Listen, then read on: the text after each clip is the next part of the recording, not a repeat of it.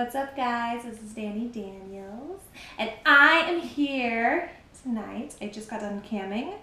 I came very hard, and I'm a little out of breath. I'm a little bit cum drunk, and I was camming with you guys tonight, like I already said.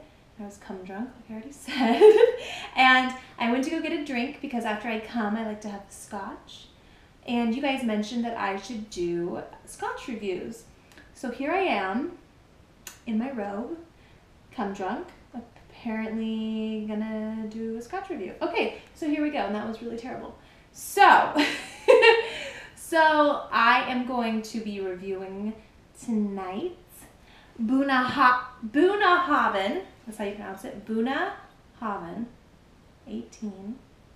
It's an Islay Scotch. Obviously from Scotland. All Scotches come from Scotland. Those of you that don't know, it's a rule.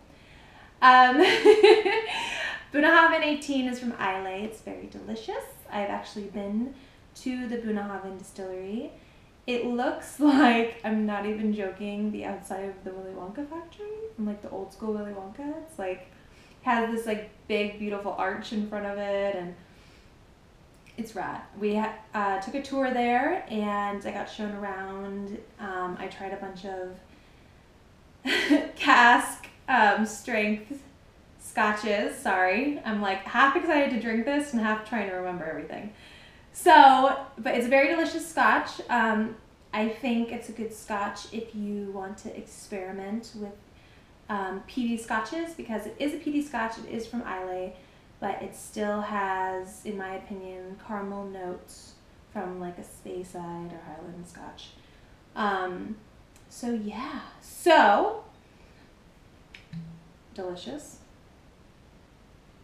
It smells delicious. It has like caramel, vanilla. So, okay. So I'm gonna put it in my lap like a little baby.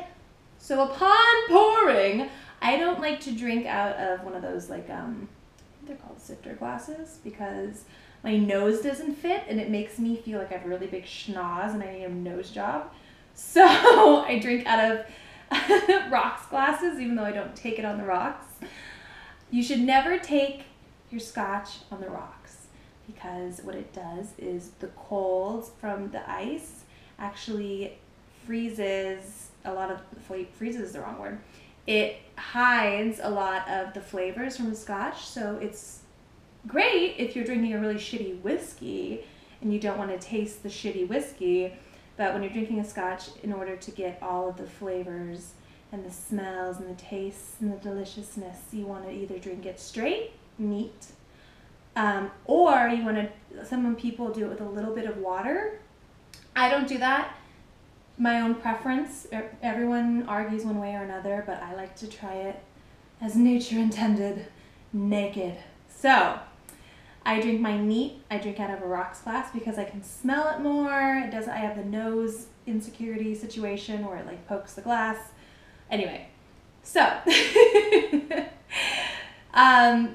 the color is obviously really, really dark. It is an 18, so this is kind of normal.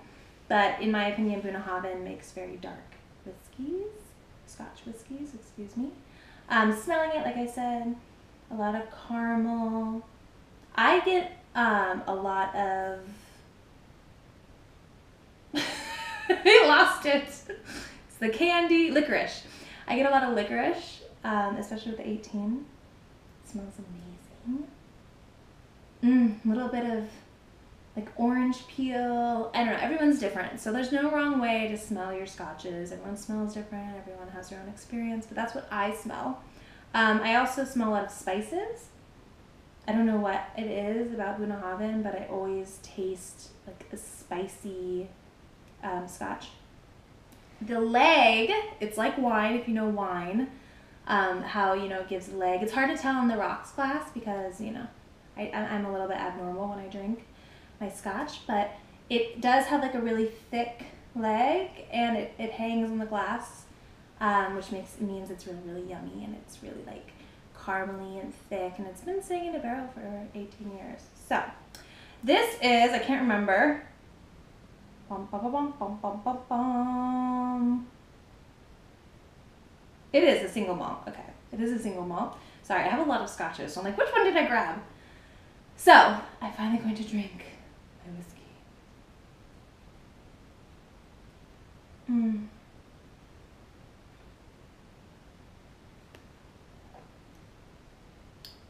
So fucking good. I love scotch because it like warms your mouth. It feels good all the way down. When you drink the good stuff, it doesn't have that bite at the end. I like to drink my scotch. I like to put it on my tongue, let it sit on my tongue, warm up a little bit, and then I like to swirl it around my mouth. Same as I do a cum shot.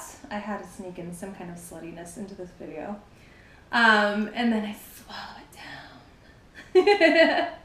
So anyway, it's really smooth. I feel like the smell of the Bunnahabhain is a lot more intense than the actual flavor is.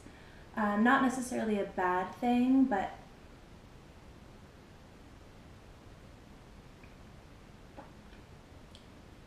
it's just like super smooth. It's caramely. I get a little bit of the orange peel, not as much as when I taste it, but it's just fucking smooth. Like you can compare it to Macallan, or as far as like, you know, it's just like it's a good, easy, smooth scotch to drink. You can definitely, like I say, taste the peat at the end, but the peat isn't heavy. It's not like a Lefroy or a Lagavulin, or it's like, oh. So if you are into, like I said, the Macallan, and you want to like kind of explore your palate a little bit and get into more of a single malt, this is a great whiskey to try. It's not very common, so when you order it at a bar, you look really cool. You look, you know what you're doing, if that's your thing. But you don't want to be the retard that, sorry if that's offensive, that I said retard. People on YouTube are strange. You don't want to be the idiot that doesn't know how to say it, so it's Bunnahabhain. And like I said, oh, it's so good. But the smell to me on this one is definitely stronger than the taste, which isn't a bad thing.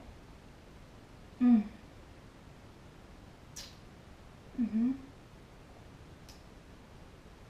caramel, licorice, orange peel, spices, fucking good. And don't forget the peat. So that's my Scotch review. It's kind of terrible, I'm sorry, but you ask and I deliver. So I hope you enjoyed, and I hope you learned something today. The more you know. Cheers, queers.